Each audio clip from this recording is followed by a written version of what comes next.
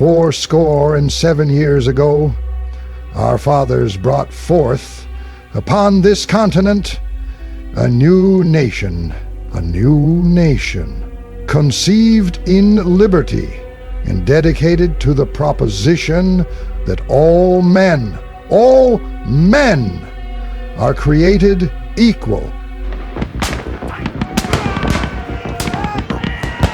Now we are engaged in a great civil war, testing whether that nation, or any nation so conceived and so dedicated, can long endure.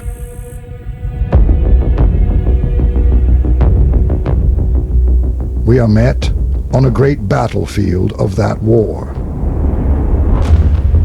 We have come to dedicate a portion of that field as a final resting place for those who here gave their lives that our nation might live.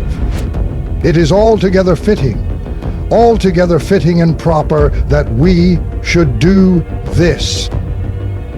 But in a larger sense, we cannot dedicate, we cannot consecrate, we cannot hallow this ground. The brave men, living and dead, who struggled here have consecrated it far above our poor power to add or detract. The world will little note, nor long remember what we say here. But it can never forget what they did here. It is rather for us, the living, we here, to be dedicated to the unfinished work which they who fought here have thus far so nobly advanced.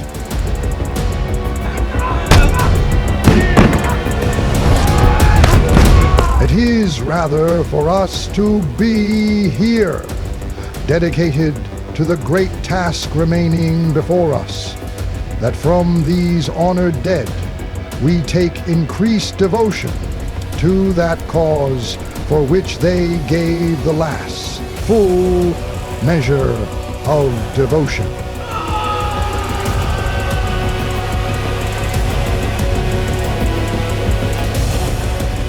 And we here highly resolve that these dead shall not have died in vain, that this nation, under God, shall have a new birth of freedom, and that government of the people, by the people, for the people, shall not perish from the earth.